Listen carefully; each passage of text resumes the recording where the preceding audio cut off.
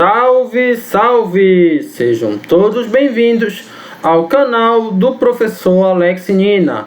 Hoje nós vamos falar do gerencialismo, que trata do terceiro modelo da administração pública. O gerencialismo ele também tem outros nomes, como novo gerencialismo, nova gestão pública, administração pública gerencial, New Public Management, que vem do inglês, enfim, tem vários nomes para indicar a mesma coisa que a gente vai tratar aqui como gerencialismo.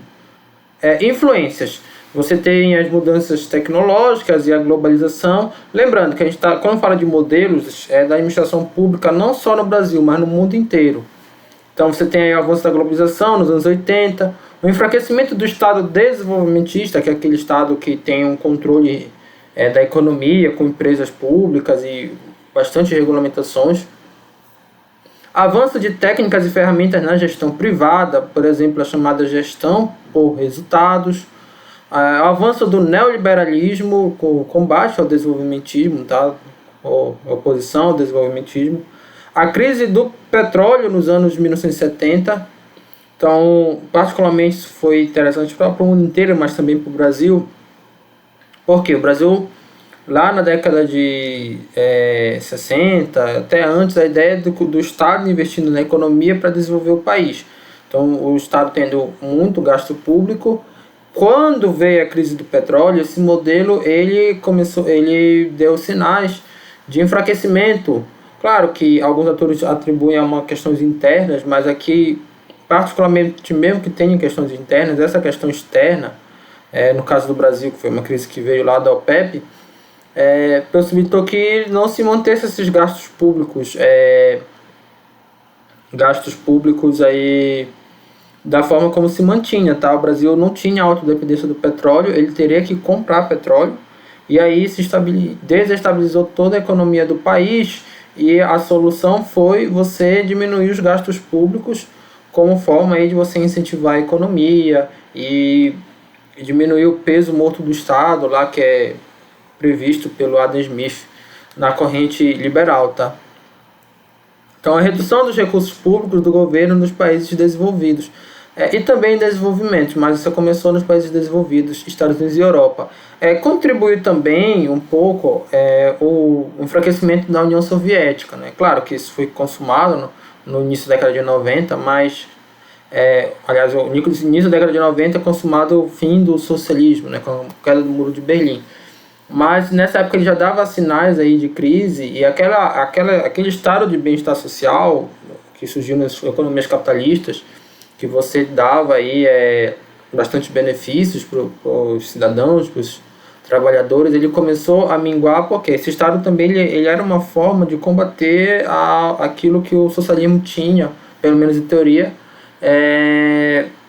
de ponto positivo em relação ao capitalismo, que era a desigualdade, tá? Não necessariamente pobreza, mas era a questão da desigualdade. Quando o socialismo caiu, o capitalismo ele teve essa fase aí de ascensão, de tirar esses chamados benefícios sociais ou de diminuir eles em prol do chamado crescimento econômico. Claro que quando o Estado reduz, ele não deixa de ser importante. Isso é muito importante a gente dizer. Se diz muito por aí, o Estado deixou de ser importante porque hoje as 10 maiores empresas do mundo já têm um PIB maior do que os estados e tudo mais. Então, porque as empresas têm mais influência política, esse tipo de coisa. Se vocês lerem o Manuel Castells, ele vai dizer que é o seguinte, que o tamanho da economia, do PIB, dos estados, nações, enfim, dos governos, ele não é um indicador ideal para você medir a importância. O Estado, ele mesmo que ele tenha diminuído em termos de investimentos, ele passou a ser muito mais regulamentador, e ele continua ditando as regras do jogo. Então, ele não deixa de ser importante, mas ele muda suas características principais de agente produtivo. Olha, se a gente pensar aqui no desenvolvimentismo, a gente tinha o Estado como dono de empresas, né? Claro que isso existe hoje, mas já diminuiu. Para agente regulamentador, então controlador e fiscalizador, tá? No Brasil, a passagem da administração burocrática para a gerencial Também teve um período transicional, assim como aconteceu nas duas eras da burocracia, que você tem uma transição. Aqui também tem uma transição, do fim da ditadura até a implantação do plano diretor. Então a ditadura termina lá em 84, você tem um período aí de turbulência, tá, até se formar uma nova Constituição, você tem o impeachment do Collor, mas de fato, quando vai surgir a administração burocrática no Brasil, o marco é esse aqui, olha, o Plano Diretor de Reforma do Aparelho do Estado, o PDRAE, o PRAD também chamado assim, né? Foi idealizado pelo Bresser Pereira. Bresser Pereira, que é um dos principais nomes aí da política, ele era ministro do Fernando Henrique nessa época. Então ele fez aí esse plano, que acabou sendo o plano chamado Modernização da Administração Pública Brasileira. Claro, sob grande influência aí do que está acontecendo nos países desenvolvidos, particularmente nos Estados Unidos. A administração pública gerencial constitui um avanço e até certo ponto um rompimento com a administração pública burocrática.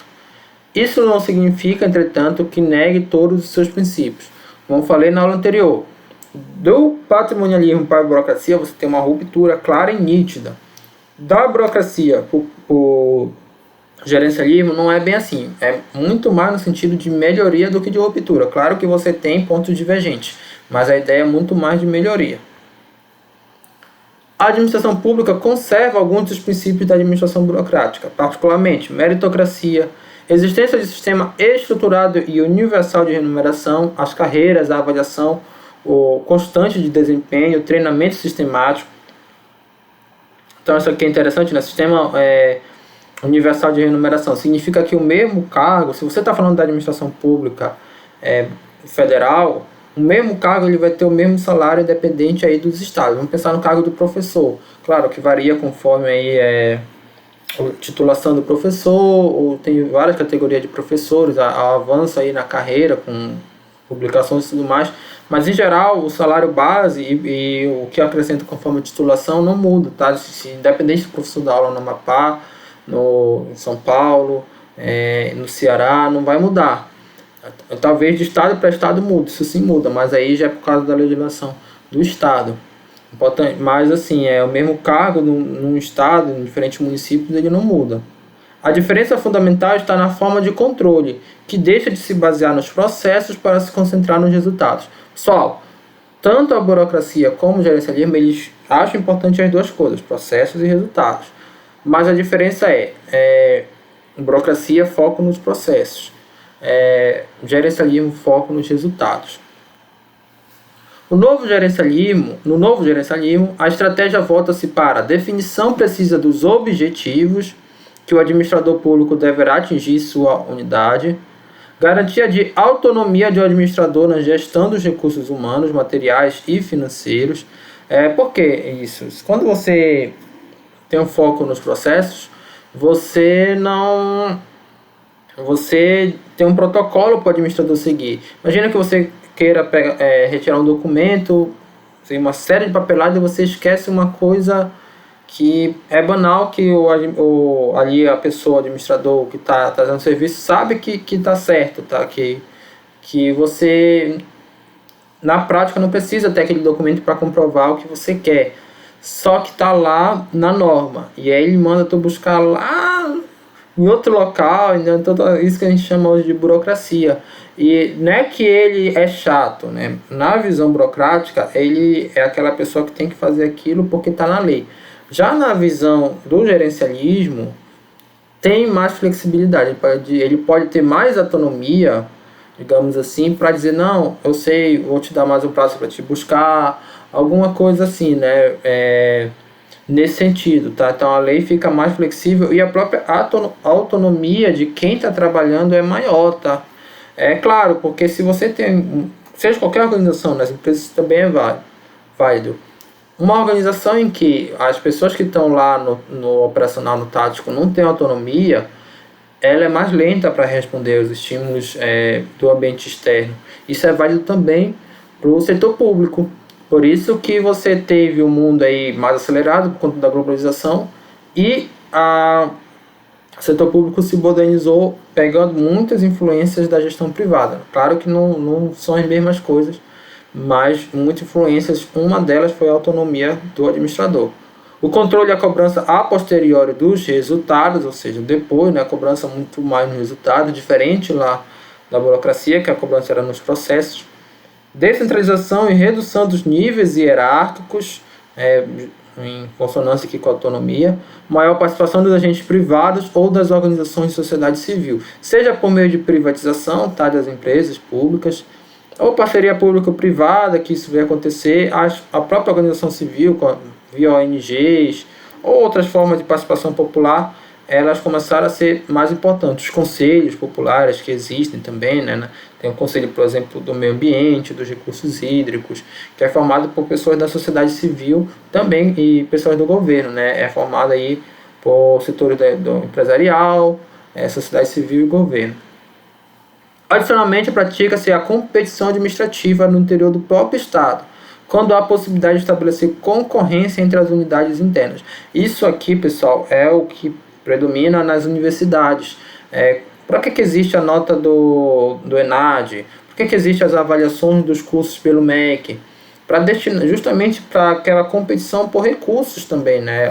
Como se fosse dentro do setor público, empresas, entre aspas, competindo, tá? E mostrando aí a sua eficácia, né? A universidade mostrando aí seus resultados do ponto de vista acadêmico, de impacto das publicações, de acesso ao mercado de trabalho dos profissionais, de uma boa gestão com infraestrutura adequada.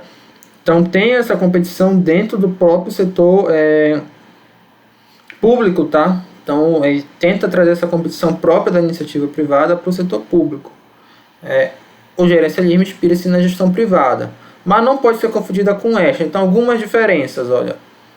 A gestão privada, ela tem receitas dos clientes, receita diretas. Já o gerencialismo público, as receitas elas vêm do imposto de toda a sociedade. Por isso que aqui a gestão pode ser direcionada para os clientes, aqui tem que ser direcionada para a sociedade. O controle, quem controla a gestão privada são os donos, mas eles são submetidos à lei do mercado. Não pode o empresário colocar o seu produto muito caro, porque a lei da oferta e da demanda vai fazer com que ninguém compre e o concorrente se beneficie. Então ele tem que, de certa forma, se adequar a essa lei do mercado. Claro que isso vai variar de setor para setor. Alguns setores você tem mais monopólio, e a chamada curva de elasticidade da oferta e a oferta e demanda, ela acaba sendo mais inclinada nesse caso, né? Políticos eleitos, no caso aqui do gerencialismo público, são os políticos, mas com um mandato aí provisório, tá? Não são mais os donos da empresa, os acionistas majoritários, são os políticos que têm um controle provisório. Atendimento aos clientes, tá? A gestão privada tem que atender os clientes e o gerencialismo público aos cidadãos. E o objetivo é o lucro na gestão privada, o retorno aos acionistas, margem líquida, enfim. No gerencialismo público, o objetivo é o interesse público, tá?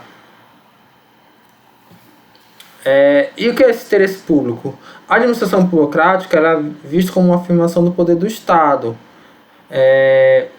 Então, o interesse público é o Estado cumprir as suas próprias leis. Uma parte substancial das atividades dos recursos do Estado eram direcionadas para o atendimento das necessidades da própria burocracia. O conteúdo das políticas públicas é relegado em segundo plano. Então, foco muito em fazer o que é formal, fazer o que é certo, mesmo que se gaste muito com isso. Já a administração pública gerencial, o interesse público é o interesse da coletividade, não mais com o aparato do Estado. Olha, é uma mudança de foco que existe. O cidadão. Na administração pública gerencial, o cidadão é ao mesmo tempo usuário, financiador e titular da coisa pública. Os resultados das ações do Estado são considerados bons, não porque os processos administrativos estão sob controle e são seguros, como que a administração burocrática, mas porque as necessidades do cidadão cliente estão sendo atendidas. Tem um pouco dessa confusão do que é cidadão, do que é cliente, isso muda, tá? Conforme as eras do gerencialismo, que a gente vai falar na próxima aula. Mas assim, esse foco na necessidade do cidadão, tá? Principais características do gerencialismo. Orientação da ação do Estado para o cidadão usuário ou cidadão cliente. ênfase no controle dos resultados através de contratos de gestão, quando participa, pode ser contratos com a própria gestão, administração pública em outras entidades ou órgãos, né, contrato entre órgãos e entidades da administração pública, ou entre a administração pública e a empresa privada, uma empresa privada, mas sempre aqui, olha, com base no controle de resultados. Fortalecimento e aumento da autonomia da burocracia estatal, organizada em carreiras do Estado, tá? Valorização do trabalho técnico e político de particular, juntamente com políticos e a sociedade, da formulação e gestão de políticas públicas. Separação entre as secretarias formuladoras de políticas públicas de caráter centralizado e as unidades descentralizadas, executoras das mesmas políticas. Distinção de dois tipos de unidades descentralizadas: as agências executivas, que realizam atividades exclusivas do Estado, por definição são monopolistas, e os serviços sociais e científicos de caráter competitivo, dê lá o exemplo da universidade, que o poder do Estado não está envolvido. Agências executivas, a gente pode enquadrar também, na verdade é uma categoria maior, tá? A agência executiva está enquadrada dentro de agências reguladoras. Elas vão regular os mercados. Se antes, por exemplo, você tinha o Estado investindo em mineração, com a estatal Vale, você privatiza, só que aí você não vai deixar a empresa fazer o que ela bem quiser. Vocês sabem, aquela máxima do interesse do lucro empresarial, ele nem sempre está alinhado com o interesse social. Tem clara divergência entre as duas coisas.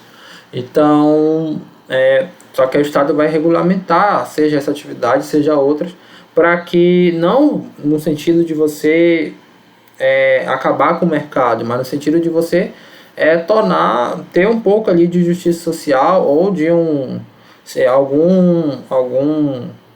não é contraponto,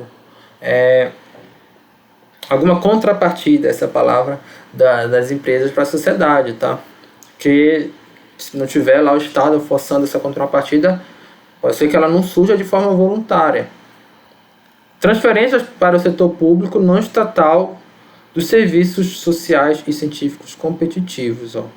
Setor público não estatal, entre ONGs, entre outras coisas aqui, tá? Adoção cumulativa de mecanismo de controle social direto para controlar unidades descentralizadas. Então, aqui entra, por exemplo, os conselhos, tá? Os conselhos que tem em diversos setores aí. Uso de contrato de gestão em que os indicadores de desempenho sejam claramente definidos e os resultados medidos. Formação de quase mercados em que ocorre a competição administrativa. Eu já falei, né? Verbas para as universidades. Terceirização de atividades auxiliares e de apoio, que passam a ser licitadas competitivamente no mercado. Essa própria ideia que surgiu na gestão privada, da empresa focar no chamado core business, né, que as empresas focam, ela é aplicada nas organizações públicas. Dando o exemplo da universidade, você não tem mais funcionários da universidade fazendo serviços de limpeza, porque a limpeza não é o core business. Na verdade, tudo isso é terceirizado e a universidade foca mesmo naquilo que é o essencial, que é o ensino, pesquisa e extensão, particularmente ainda se a gente pensar num filtro maior, o ensino, tá? A principal função da universidade é o ensino, que seria o core business mesmo da universidade. E aí as outras coisas que sustentam, né, as atividades de apoio, elas vão ser terceirizadas, mas com um processo de licitação que tem suas origens lá na burocracia. Então aqui a principal referência dessa aula, o livro do Paludo, Administração Pública.